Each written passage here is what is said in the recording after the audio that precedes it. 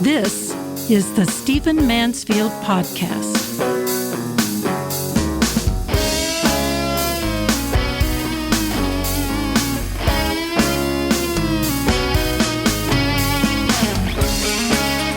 Well, welcome to the Stephen Mansfield Podcast, the podcast where we look at our times through the lens of faith and leadership, character, and history. Great having you with us. Let's dive in. I want to say as I start this episode that I love sports. I love what it does to the participant. I love amateur sports. I love what we're doing down at the Y. I think that sports are important for the body and for character and for the development of young men and women, and I just believe that sports is important. Now, I have deep suspicions about the business of sports, as you're about to hear. But the God-given gift of sports, of contest, of competition, of learning to play by the rules, of teaming, of improving yourself, of keeping an edge that wars and conquering frontiers have, would normally have done, but we're past that in our history. I believe in all of it. But I want to tell you as a historian, especially as a Christian historian, that I am aware that there is a cycle between a society and its sports. On the one hand, a culture, the culture of a given time in history, produces sports. And then the ethics and the behavior within that sport or the sports reflects back into the society, feeds back into the society, and in turn shapes the society. So there is what we hope for to be a noble cycle between society and its sports, that they are feeding nobility and character and good things and aspiration, and there's a positive impact of the one on the other.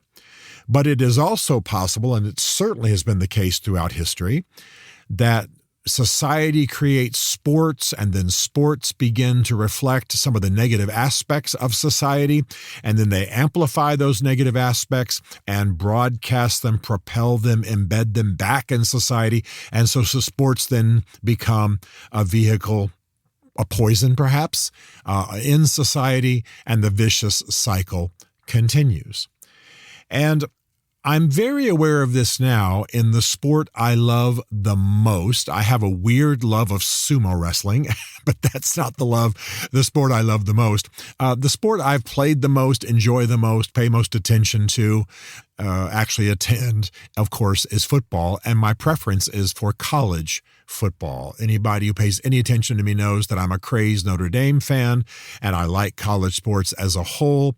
And yeah, Bev and I attend some NFL games, and I've helped chaplain a few NFL teams, Nashville and DC, just helping. I wasn't the chaplain.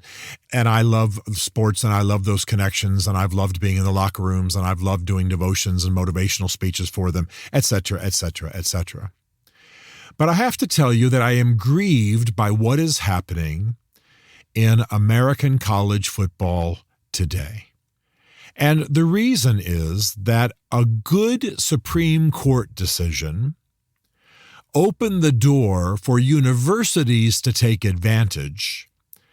And now we've taken what was the purity and the nobility of college sports. Yes, I know there were abuses and scandals, but for the most part, the nobility and beauty and character and grace of college sports.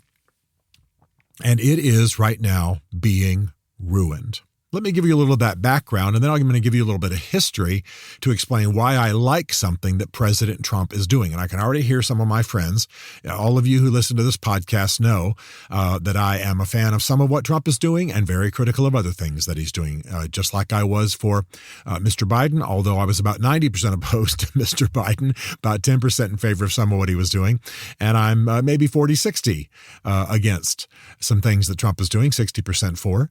And so it's a sliding scale. But some of my friends are going, hey, Mansfield's saying something nice about Trump. And of course, that's overstated. But I like something he's doing now, and I'll come back to that in just a moment. The reality is that in 2021, there was a Supreme Court case And its name is NCAA versus Alston. That's how you should probably say it. Remember it. It's how lawyers say it in shorthand. Of course, both sides of the V in versus would be expanded if it was being written out formally. But basically, it's NCAA v. Alston. And what had happened was some people, mainly students and alumni, had taken note that in college sports, the universities were making a lot of money, the coaches were making a lot of money, advertisers were making a lot of money, etc. But the players were getting scholarships and getting other benefits, but that totaled maybe $100,000, $150,000 of benefit, while other people were making millions and millions and millions. Coaches were driving around in expensive cars and living in mansions and making massive contracts, $100 million at a time, $100 million in a season, I think was the record. And so some of the students, some of the alumni, some other people, certainly some attorneys who decided to care about this, got involved and sued to have the NCAA ban on college athletes benefiting from their name, image, and likeness being used overturned. In other words, the case was to have the NCAA ban, the NCAA regulations against a college athlete benefiting financially from their name, image, and likeness, have that overturned, have that ban ended. Well, it reached the Supreme Court. And in 2021, NCAA v. Alston, the Supreme Court said, and it was in an antitrust move. Those of you who understand a little bit about law know that antitrust just simply means you're preventing one company, one corporation, one entity from having a trust against other people's profit and interests. So this was basically antitrust law, and the Supreme Court said, yes, college athletes should be able to benefit from their name, image, and likeness. Now, at that moment, there was a way this could have gone that would have been fine. If the universities had stayed out of it and said, we're still going to give college athletes full ride scholarships, those that qualify, we're still going to help them with rent for their apartment, we're still going to help them with, helping them get jobs or what have you, and it would all total on average $100,000, $150,000, depending on the university the person went to. But basically it was giving them a free education and maybe cost-free living, full ride, that these athletes would benefit in that way. If the universities had stayed there, but then the NCAA having had its ban overturned, ended, then other entities, other businesses, other corporations could have retained these athletes for promotion. For example, whoever the top college quarterback is doing a national ad for Allstate or doing a national ad for Ford or doing a national ad for a certain pair of stretch pants or whatever. The point is, had it gone that way, we wouldn't be in crisis right now. Now people would be complaining about certain athletes making millions while other athletes didn't make much, but that's the inequity of a market. It's just how it goes. There are certain attorneys in my town. I'm sitting in Nashville right now in our studios. Certain attorneys in this town making a lot of money, certain attorneys not making very much money. There are certain writers make a lot of money, certain writers don't make much money. You follow what I'm saying. There are certain businesses, certain bagel places, prospering and thriving, certain not. That's the inequity of the market. It has to do with how good your product is. It has to do with time and chance, has to do with all kinds of things. But at least that's the nature of the market deciding who prospers and who doesn't. Okay? But that's not the way it went. In other words, the university should have stayed out of it. The universities should have provided a free ride in the fullest sense for their college athletes. That's how they benefited them. What a great privilege. What a great opportunity. A great athlete graduating from a maybe a poorer income family can go to a university and get a degree. That was the promise. That was the promise of American college sports. And what the Supreme Court did was say the NCAA can't ban an athlete from doing an advertisement for everything from a local pizza joint to a national corporation. And they can benefit from that as much as the market will bear. That would have been fine. What happened, though, is that universities began to be the ones who paid these athletes for their NIL, for their name, image, and likeness. And so now this has become an unbelievably expensive venture. Some athletes are paid millions to come to a certain university because the university knows not only will they be a good athlete for the athletic program, but they will also bring a great deal of PR value to that university and its programs and its advertisements and its recruiting and its profile. And so now you have great big universities like SEC-type universities, Alabama, etc., and they have a lot of money, huge alumni support, huge student body, tens of thousands. And they've got a lot of money to spend on athletes. By the way, realize we're talking about 18-year-olds here who now have the potential to make millions of dollars. This is just going to ruin people just like it does in the NFL. And by the way, I've been involved in that, where a kid who's been in college and comes from a poorer family suddenly starts making millions a year. And I got to tell you, in most cases, it ruins him. It ruins him. He might have a good career for a while. Normally they end up in debt. Normally they end up with broken relationships. Normally they end up destitute. Often they end up declaring bankruptcy because it just overwhelms them. Well, if it overwhelms a 22, 23, 24-year-old college graduate, or at least a guy who's at the end of his athletic career in college, what's it going to do to an 18-year-old? And that's what's going on. So now you'll have, for example, the University of Alabama, and I'm just picking on them because they're a school I like and watch, and all my in-laws are insane Alabama fans. And so let me just comment on them. So they're able to turn to a leading high school athlete, a leading recruit, and say, "You come here, we can pay you $1.5 million. We got big money here. You'll make more money than you will over there at Ohio or over at Notre Dame or wherever, and you'll be well off. And you'll make that money right now. That's guaranteed money. That's right up front." And so this becomes part of the recruiting.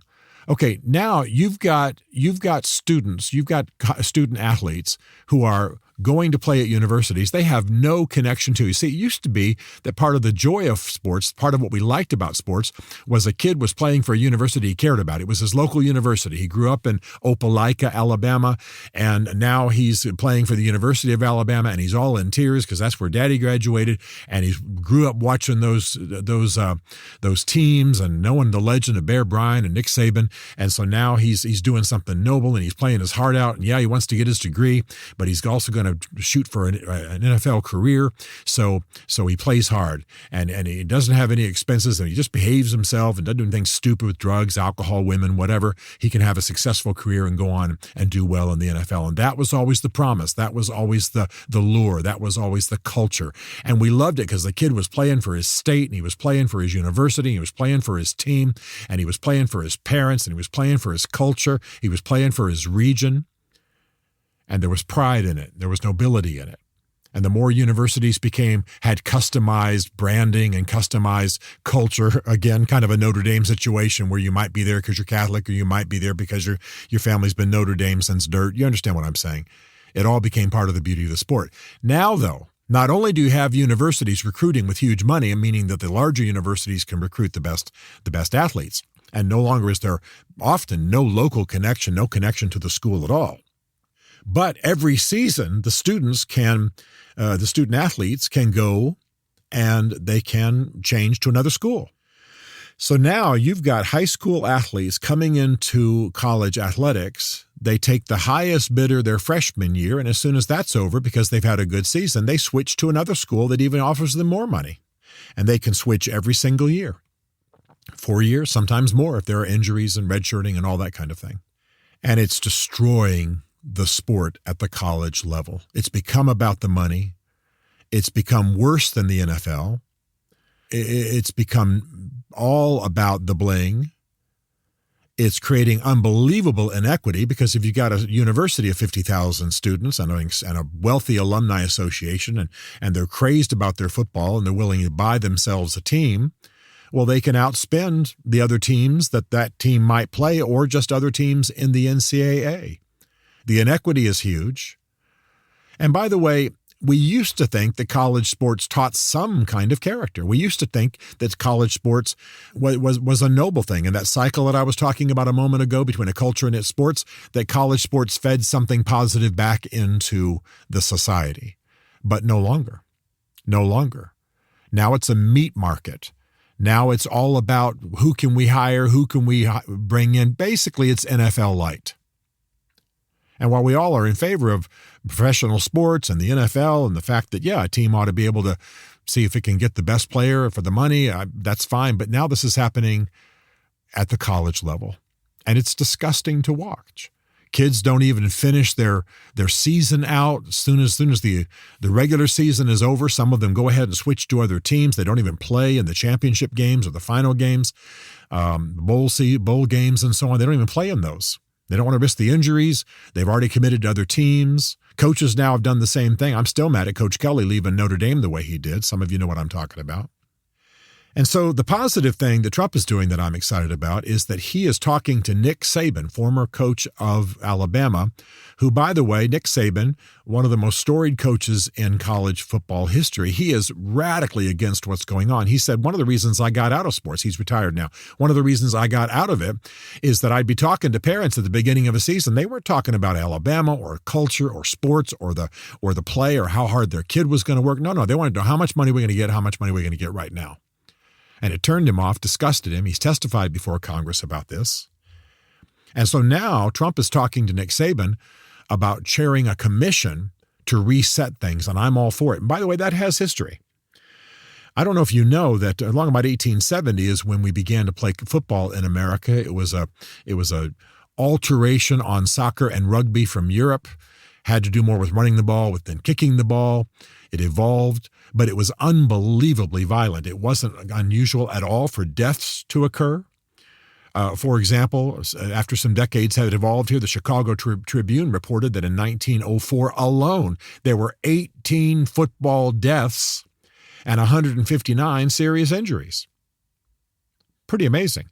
In 1905, there were 19 deaths. That's because the rules allowed for things like creating wedges where blockers had their arms interlocked into a wedge and the runner was running behind that wedge and the players weren't wearing helmets. They're just smashing into each other and people's necks were broken. People suffered life-altering injuries. And imagine sending your kid to go play college football and he dies of a broken neck because the rules don't protect him. This is what was going on.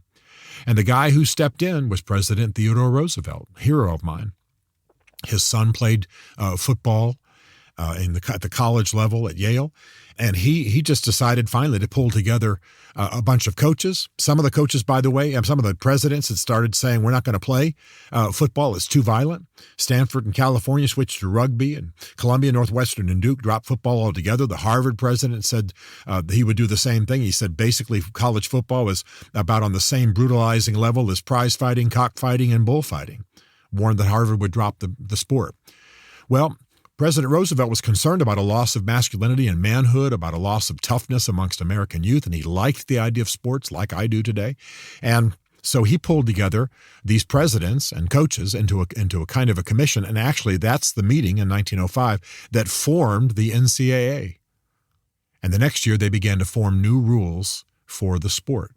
I think that's what needs to happen now. I love college football. I want it to stay. I want it to be noble. I want there to be a positive cycle of nobility and character and ethics and an exemplary kind of conduct between society and college football. And I think it's turned into a disgusting meat market, one click above prostitution right now. And the sport is going to be ruined. And you're going to see universities drop out of athletics, drop out of the NCAA. Just have intramural, which, by the way, I think has virtue. I played 3 intramural sports a year in my entire college career. Loved it, grew from it, grew physically, grew in character. A tremendous addition to my university years at my bachelor's level. And I couldn't believe it, couldn't agree with it more. But being close to some of these athletes and close to the African-American community in sports, I got to tell you that we are using these people. We are ruining lives. We are encouraging low character. We're feeding that back into society. And we're doing it to 18-year-olds, 19-year-olds, 20-year-olds. So I'm hoping that Mr. Trump will do what he has said. He will form a commission. He will, while he's dealing with universities on other issues that need reform, will appoint Nick Saban as the head of that commission, that they will come up with new policies for NIL and other things in college sports, and we'll get back to the virtue and the nobility of what college-level sports ought to be. Because taking an 18-year-old and paying him $1.5 million or even $500,000 or even $100,000 cash, in addition to scholarships and other benefits, it's insane. It's insane. It's going to ruin them. They're not going to be able to handle it. Get the universities out of it. The universities should pay scholarships and take care of the kid and fly him to his games and all the stuff they do. It's a very, very luxurious life at some level.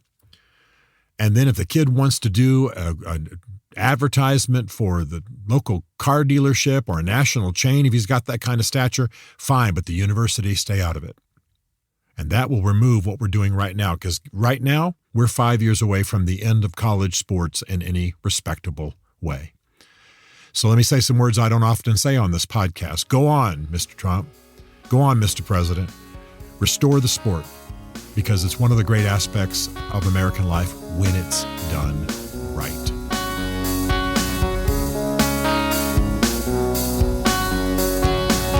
Stephen Mansfield is a New York Times best-selling author, a popular speaker, and a frequent faith and culture commentator in international media. His groundbreaking books on faith and society include The Faith of George W. Bush, The Search for God in Guinness, Mansfield's Book of Manly Men, and Lincoln's Battle with God. Learn more at stephenmansfield.tv.